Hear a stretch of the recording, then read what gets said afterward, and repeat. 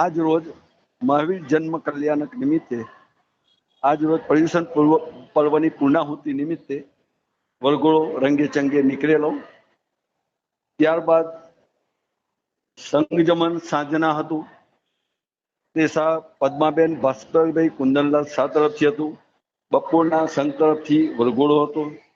મહાવીર સ્વામી ભગવાન આશરે 2500 વર્ષ ઉપરાંત થઈ ગયા. તેમને સત્ય, અહિંસા, ચોરી ન કરવી એવા પંચ મહાવ્રતોનો સંદેશો આપેલો, જે જગતને આજે જે ખૂબ જરૂરી છે કે સકળ જગત, માનવ જગતના કલ્યાણ માટે આ સંદેશો વધુમાં વધુ ફેલાય અને સકળ જગત સુખી બને, એવો એમનો સંદેશો હતો.